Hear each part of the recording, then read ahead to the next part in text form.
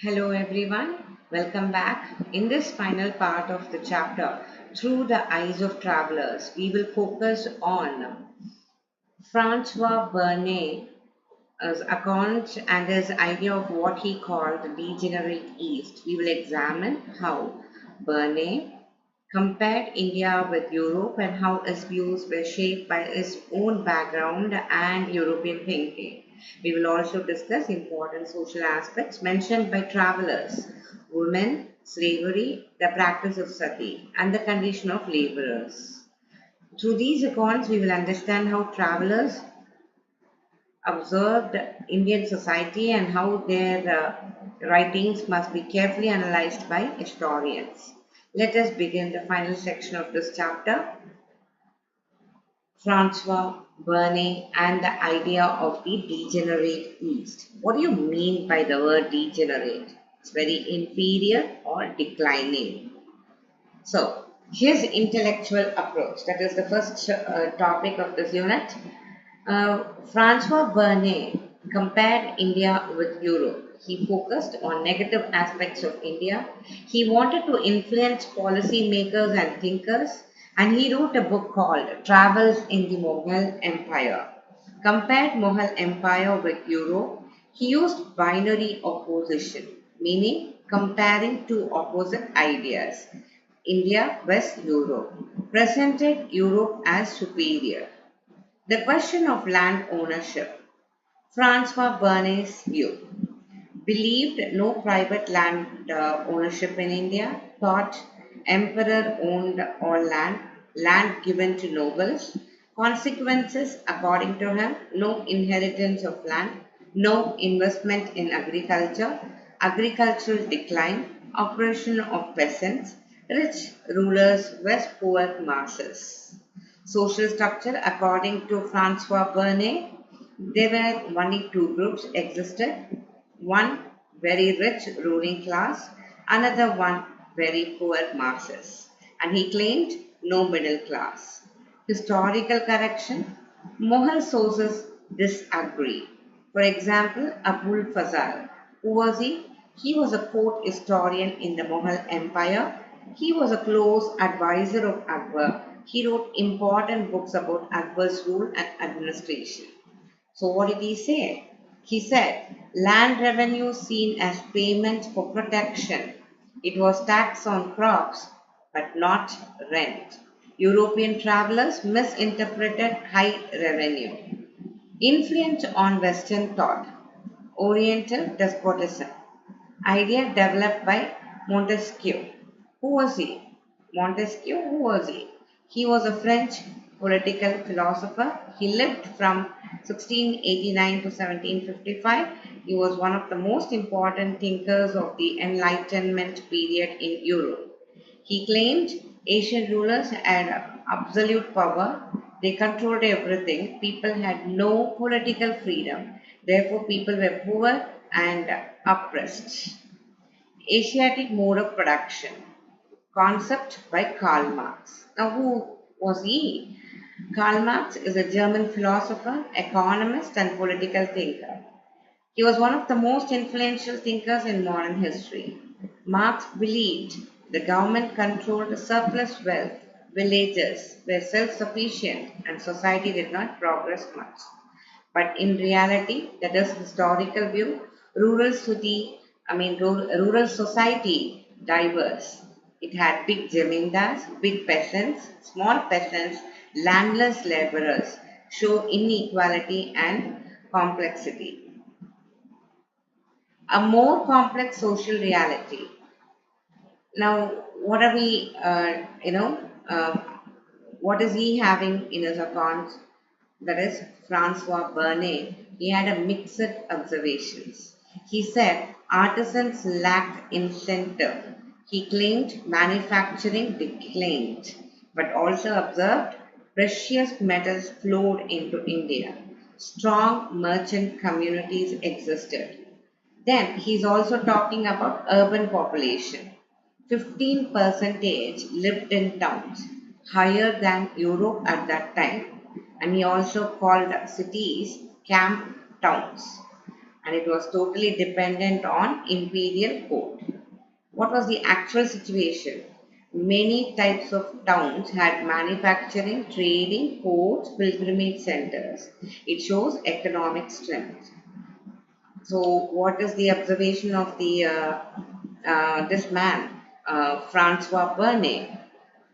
On one hand, he believed artisans lacked incentive and manufacturing was declining, but at the same time, he noticed that precious metals were flowing into India. Merchant communities were strong, and urban population was quite high, even higher than Europe. So then we can conclude this shows that reality was more complex than um, this man's, that is, Bernet's judgment. Urban social organization. Merchant groups had strong community ties. Western India, Mahajans, that is, merchant guild, and their leader was Shet.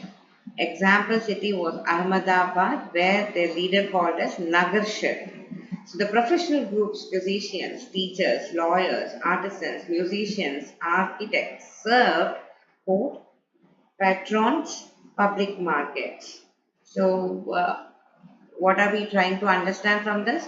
Urban social organization was well structured. Merchant groups had strong community ties. In Western India, Mahajans acted as merchant guild led by a Shet. In cities like Ahmedabad, the leader was called the Nagar Shet. So we understand that professional groups such as physicians, teachers, lawyers, artists, musicians, and architects serve the court, wealthy patrons, and also the public markets. This shows that Mughal cities were not just political centers, they were economically and socially organized spaces. So the summary of this whole unit: Francois Bernet portrayed Mughal in India as economically backward and socially unequal due to supposed crown ownership of land. His views influenced Western ideas like Oriental despotism, though they were oversimplified and often inaccurate. Later research shows a far more complex society with varied classes, prosperous merchants, and diverse urban centers. So that is with unit 6. Now let's move on to the next unit: women, slaves, sati, and laborers. Travelers' view about women. Most travelers who wrote about India were men, so their accounts reflected their own interests and viewpoints. They were often curious, that is, eager to know about women's condition in society. Many travelers accepted social inequalities, meaning unfair differences, as normal or natural. For example, slavery was treated as a usual practice. Slavery in the subcontinent. Slaves were brought and sold in markets like commodities. They were also given as gifts between rulers and officials. Examples from traveler account: when Ibn Battuta reached Sindh, he bought horses, camels, and slaves as gifts. In Multan, he presented a slave and horse to the governor. Sultan Muhammad bin Tughlaq rewarded a preacher with money and 200 slaves. Different roles of slaves. Slaves were not all treated the same. There was differentiation. Some female slaves were skilled in music and dance, performed at royal functions, worked as spies or guards, watching nobles. Many slaves were used for domestic labor, that means household work, carrying people in palanquins or dola, meaning covered transport carried by people. Slaves were relatively cheap, so many families owned one or two. European travelers on women and sati. European writers often judge societies by how women were treated. Francois Bernet focused on sati. What is this sati? Widow burning ritual. Practice where a widow died on her husband's funeral pyre. He observed some women appeared to accept it willingly, others were forced to perform it. Now, women beyond sati, that is economic role, that is our end of the topic of this unit. women, slaves, Sati, and laborers. So what do they say? What are they saying here?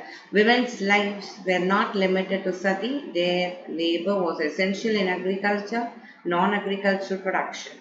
Women from merchant families took part in trade and businesses, even fought commercial disputes in courts.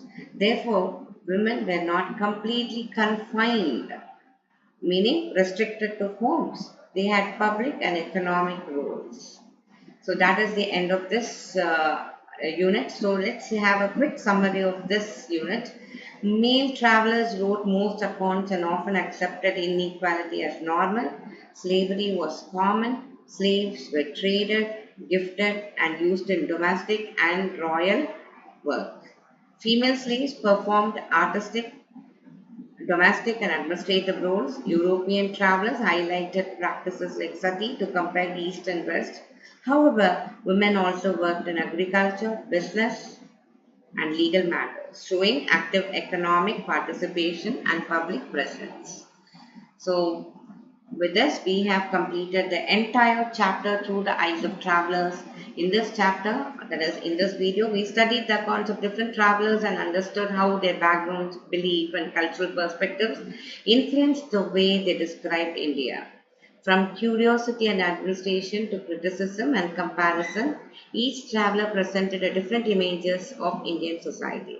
Remember, travelers' accounts are valuable historical sources, but they reflect personal opinions and biases. As students of history, we must read them critically. Please revise all these three parts carefully and prepare the important board-based 8-mark and long answer questions from the entire chapter. Thank you, and we will begin the next chapter in the upcoming videos.